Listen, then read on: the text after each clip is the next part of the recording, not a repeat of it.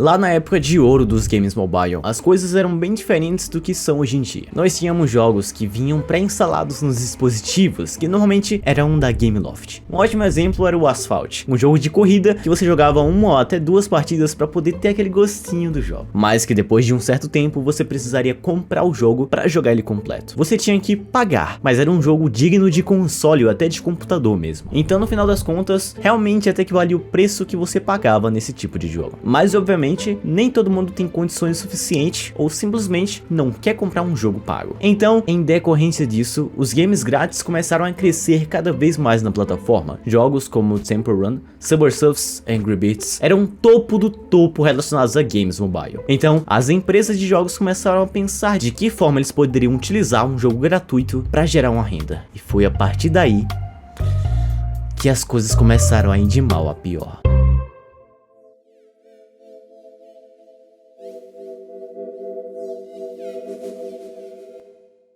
Cerca de 2010 e 2011 foi a época de ouro dos jogos mobile. Haviam vários jogos que podem ser até comparados com consoles. Isso porque eles tinham uma história, um início, um meio e um fim. Mas obviamente a maioria desses jogos com mais qualidade eram pagos. O Limbo é um perfeito exemplo de jogo lançado naquela época, que tinha uma história um pouco difícil de entender, mas que valia cada centavo gastado pra jogar aquele jogo. Eu lembro até hoje, mano, quando eu joguei aquele jogo, o quão aflito e com medo daquela imersão que aquele jogo trazia, mano, que o Limbo trazia. Outro jogo maravilhoso também é o Monument Valley, que é um game de puzzle muito bem feito e que foi tão grande que futuramente ele foi até lançado para o computador. Então é claro que nessa época a maioria dos jogos focavam em se inspirar no que funcionava naquela época, ou seja, os games dos consoles, que no geral são games de histórias, games com um início, um meio e um fim. E os smartphones cresceram tanto que as empresas gigantes começaram a desenvolver seus próprios portáteis para justamente competir com os celulares, como o PS Vita mesmo, mas que foi totalmente ofuscado pelo iPhone, já que o PS Vita tinha praticamente todos os recursos de um celular, sendo que mais caro, e até com o mesmo processamento. Mas além do PS Vita, vários outros celulares / mini consoles foram lançados para justamente aproveitar esse crescimento dos smartphones e dos jogos neles. Mas é claro que é extremamente difícil competir com eles, né? No smartphone você poderia instalar qualquer aplicativo, ter câmera, internet e jogar. Não tem por que querer pagar mais caro em algo que no final das contas você só vai jogar. E ainda por cima tem o mesmo poder de processamento.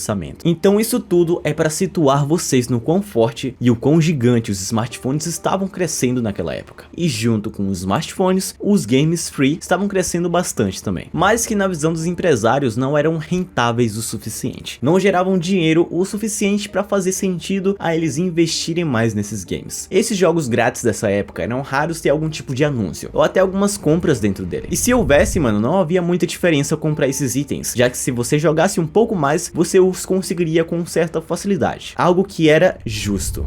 Mas que a partir de um certo momento começou a aparecer e crescer bastante um tipo de jogo que mudou totalmente a indústria: os games falso grátis.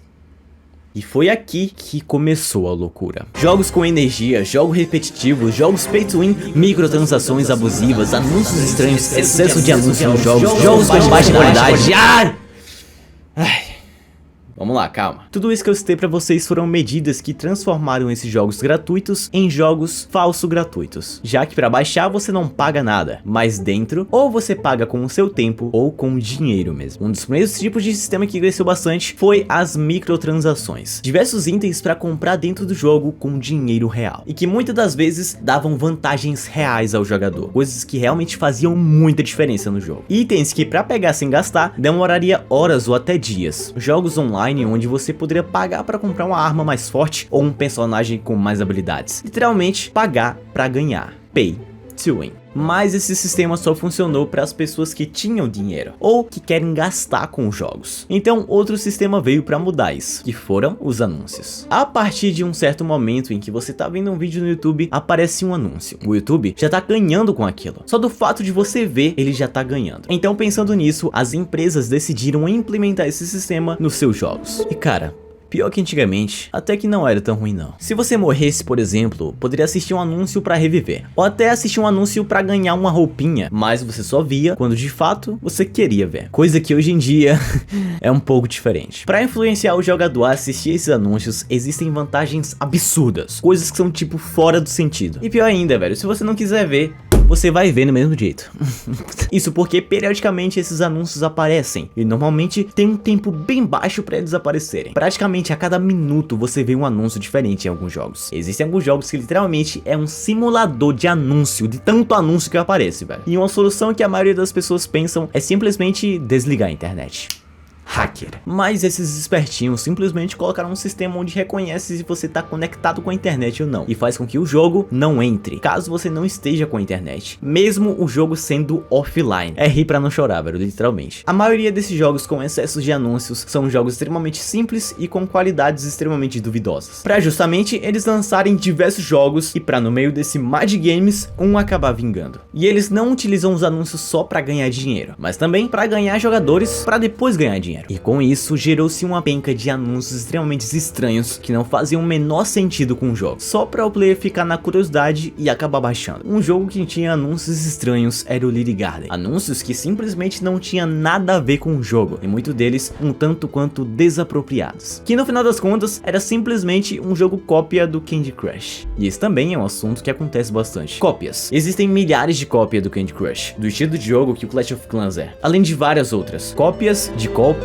de outras cópias. Além das energias, que eu já fiz um vídeo inteiro sobre esse sistema, onde você precisa pagar ou esperar um tempo absurdo para poder jogar, algo que claramente foi implementado para gerar renda com os games gratuitos, te limitando a jogar só quando o jogo deixar. Então tudo isso que eu citei para vocês, as energias, os jogos repetitivos, o Patreon, as microtransações, os anúncios, tudo isso combinou para a mudança dos jogos com mais qualidade para jogos abusivos e com qualidade duvidosas. Isso tudo por conta dos próprios jogadores. Os próprios jogadores que buscaram usufruir e utilizar mais esses jogos na plataforma, o que gerou o crescimento delas. Se ninguém tivesse baixado, acredite em mim, não teriam mais jogos como esse. Mas eu não jogo somente os players. Esses jogos mexem com as pessoas que jogam e te traz uma sensação de conquista a cada segundo, o que gera muita dopamina no teu cérebro e te faz querer continuar jogando aquele jogo, te faz querer jogar mais e cada vez mais. Então com essa gama de players jogando esse tipo de jogos, eles crescem e começaram a se tornar predominante na plataforma, o que também gera aquele descaso com os games de mobile, quando comparado aos games de PC, ou até de console. Isso porque ao pensar em um gamer mobile, é normal se pensar em alguém que joga esses tipos de jogos duvidosos que fica vendo anúncios a rodo para ganhar vantagem, algo que não faz parte do todo, já que existem jogos muito bons ainda hoje em dia, mas no geral, realmente grande parte dos jogos são assim, jogos que buscam ser mais duvidosos, mas que gerem mais renda, jogos que são estranhos e que abusam dos anúncios para fazer sentido os míseros dólares gastados naquele jogo. É necessário criticar, falar, não baixar, esquecer esses jogos e se focar nos poucos com qualidade. Existem poucos, mas tem sim, porque se foi basicamente a gente que moldou os jogos mobile ficarem desse jeito, com certeza a gente pode moldar